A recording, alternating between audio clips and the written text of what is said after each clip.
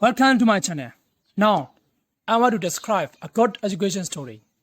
The title is Too Much Knowledge Maketh Fools. Once upon a time, there were 4 youths starring another famous professor, Maketh. They all came of rich families from different lands. Each followed his natural bent and specialized in different branches of study. One studied music and dancing, another studied medicine, another studied astrology, and the fourth philosophy. After studying for 3 years, they were considered proficient in their respective subjects, and the time came to say goodbye to their professor and return to their respective parents. As a party gift, the professor gave them a cookie pot as well as some grain, in order that they would have something to cook and eat, should their dry rations run out before they reached home. Then, as his final gift to his students, the professor gave them a piece of advice.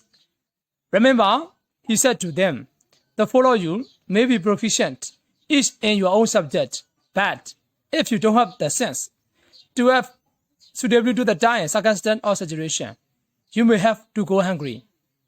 Not quite comprehending what the great teacher meant, they looked at one another, but said nothing, and, after paying their respects to their professor, set forth on their journey home. After traveling for a number of days, their dry rations ran out, and the boy and the grain given to them by their professor came in very useful indeed. How thoughtful our great teacher is. They fed and got down to the business of cooking themselves a meal. There was rice enough all for them, all right, but they would have to do something about the curry. So they drew laws for the different decks to be carried out in order to get a decent meal. Thus, the man of music and dancing was to cook the rice. The merry-go was to buy meat and fish. The astrologer was to gather vegetables, and the philosopher was to get some ghee, which is clarified butter, to cook in the curry in, and they each set out to do his task. The merry-go went to the nearest village, and there in the bazaar, he found various kinds of meat and fish. He looked around for some time, and found that nothing suited him. His medical knowledge now seemed to warm him, which meat or fish was indigestible, which not nutritious, which unseasonable, which should cause what disease, which would upset the stomach, and which the vine. Day finally he left without buying any meat or fish. The philosopher, however, got the required ghee, which he baked in a green leaf, and retraced his steps. On the way, he soon became lost in philosophical speculations. Ghee, he said to himself, comes from cow's milk. Cow is grass, and yes, leaves too. And then, in a way, ghee comes from cow's milk, and cow's milk comes from leaves. And so, the ghee and the leaf are related. On and on he philosophized, quite happily unaware of the ghee and the leaf in his hand, melting gradually and dropping. By the time he met the merry-go, who was coming back empty-handed from the village market, there was nothing left of the ghee he had bought. He too was now empty-handed. The two of them looked at each other, not knowing whether to smile or weep, and each recounted to the other what had happened to him as they walked back to where the man of music and dancing was supposed to be cooking the rice. But there, to their horror, they found their friend looking as disconsolate as ever, moving beside a broken pot, with the rice strewn all over the fireplace.